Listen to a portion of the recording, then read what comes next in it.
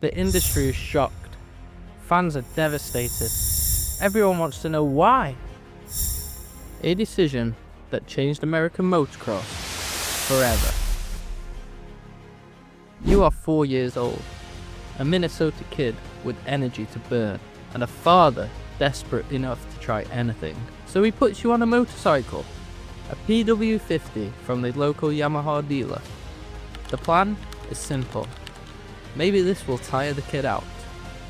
What no one plans for is that this tiny decision will reshape American motocross forever. Belle-Plaine, Minnesota. Not exactly the breeding ground for Supercross champions. No Supercross tracks for hundreds of miles. No year-round riding, just frigid winters, mosquito-infested summers, and you, a skinny farm boy with a peculiar ability to twist a throttle and find speed where others find fear. They call California kids fortunate sons in this sport, born into the industry, raised on pristine practice tracks, coached by former champions. Then there's you, shoveling snow in February to build makeshift jumps, wearing so many layers you can barely bend your arms, looking like the Michelin Man's awkward cousin on a dirt bike. But maybe the cold forges something in you that sunshine can't. A hardness, a resilience, a completely unhealthy relationship with suffering. 2006, you will receive an offer too good to turn down. But before that, your amateur career is solid, but unspectacular. No one's saying the name Ryan Dungey in hushed, reverent tones. No one's predicting future greatness. The industry experts have already coronated other riders as the next big thing. You're just a hard-working kid who shows up early, stays late, and sends polite thank you notes to sponsors. The kind of rider team managers describe as having a good head on his shoulders. The motorsports equivalent of being told you have a great personality before a blind date. But Suzuki's Roger DaCosta, the Baron himself, sees something in you that the stats and results don't show. He sees hunger, the precision, the way you study the track between motos while other riders are flirting with podium girls or comparing energy drink flavour preferences. He offers you a professional contract in 2006. And just like that, the farm boy from Minnesota goes pro. But it will take a few years before things get real crazy. Your first professional race is at Hangtown, 2007. You finish 8th overall, not spectacular, but respectable. Your first Supercross race comes in 2008, and you deliver a top 10 finish. Again, solid, but not headline grabbing. If this were a movie, this would be the slow burn first act. The part where impatient viewers check their watches or reach for the popcorn. But then, 2009 happens, and suddenly, nobody's reaching for the popcorn. You win the 250 West Supercross Championship as a sophomore. Then, just months later, you win the 250 Motocross Championship. That's when the whispers start. Is the Minnesota kid for real? Is he the next breakthrough talent? Is that haircut seriously what he chose on purpose? Then comes the moment that defines your career path. Your teammate and defending 450 champion Chad Reed gets injured. Suzuki needs someone to fill in. They turn to you, the 250 kid with the squeaky clean image and the metronome-like consistency. It's supposed to be a learning experience, a chance to get your feet wet in the Premier class without expectations. Instead, you win the 450 Motocross Championship as a rookie, as a fill-in rider, while other rookies are happy to just keep the bike on two wheels and the front fender pointed forward. You are standing on the top step of the podium, looking mildly surprised and thoroughly uncomfortable with the attention. The pattern is established early.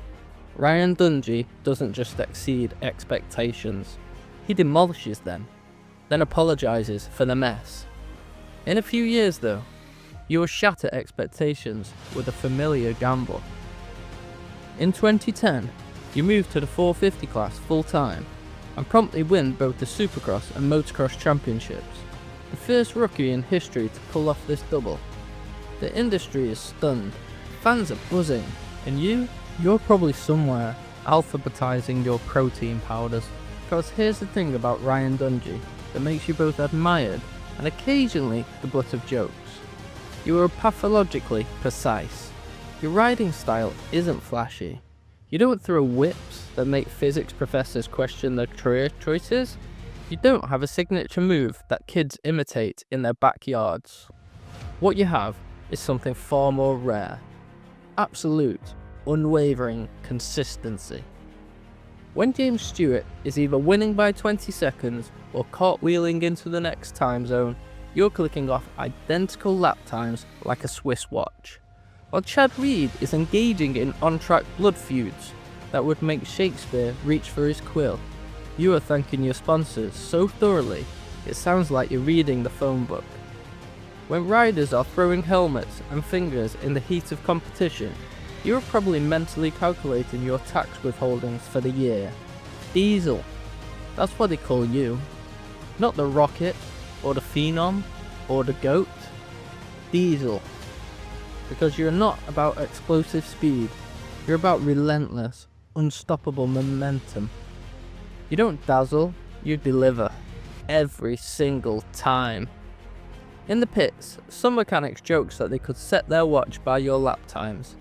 Your competitors claim they get PTSD from seeing your front fender in the peripheral vision, knowing you're going to be there lap after lap.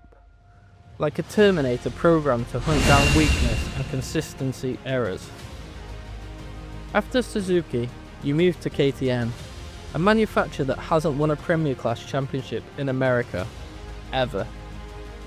It's a risk, a gamble, a chance to build something new rather than ride the proven wave. And at one point, we see a Ryan Dungey that you kept hidden for so long. Within 2 years, you deliver KTM their first ever 450 Supercross championship.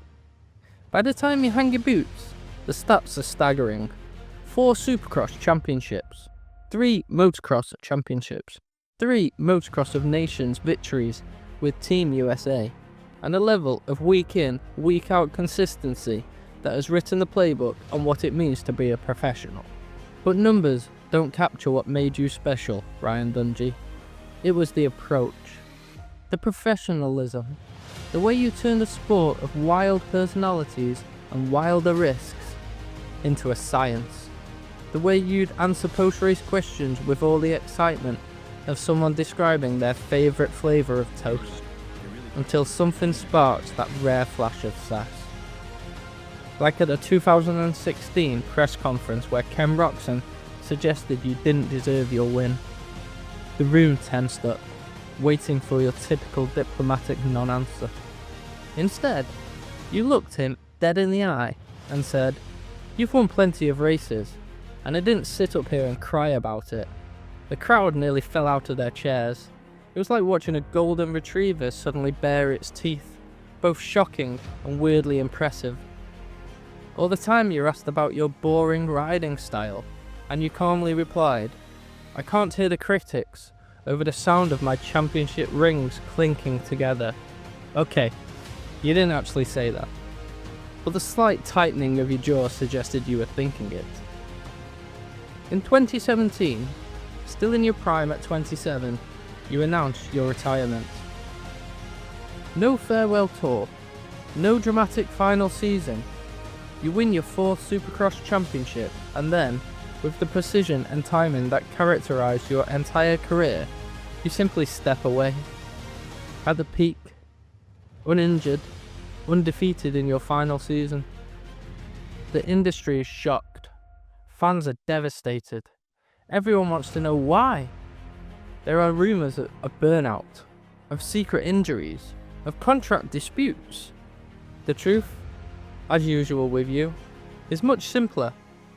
You have given everything you have to the sport, and now you want to give that same dedication to the rest of your life. You walk away with zero regrets, zero major injuries, and the respect of every single person who ever threw a leg over a dirt bike. After retirement, you build a life as meticulously structured as your race program. You start a family. You create the Baker's Factory Training Facility with Eldon Baker. You dabble in NASCAR. You launch a coffee brand, because apparently being calculating and precise translates perfectly to brewing the perfect cup. Then, in 2022, the itch returns. KTM calls. They need help. Just for a few races, they say. Just to get some development data, they say. And suddenly, at 32, you're back on the starting gate. No one expects much. 5 years is an eternity in racing. But there you are, in the mix, battling with kids who had your poster on their wall, finishing in the top 5, reminding everyone what made you special in the first place. It isn't the storybook comeback season, but then, your career was never about storybook moments. It was about putting in the work when no one was watching, about finding pride in the process, not just the podium. In a sport of shooting stars, you were the North Star, constant, reliable, a fixed point by which others navigated. In an era of highlight reels and social media clips, you were the textbook, less quotable, perhaps, but infinitely more valuable to those who really wanted to learn.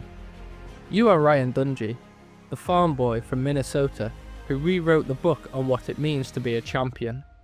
The rider who proved that consistency isn't boring, is the hardest trick of all. The man who showed that sometimes the biggest statement you can make is quietly putting in the work, day after day, until good enough becomes greatest of all time. And if that's boring, well, maybe boring deserves a little more respect.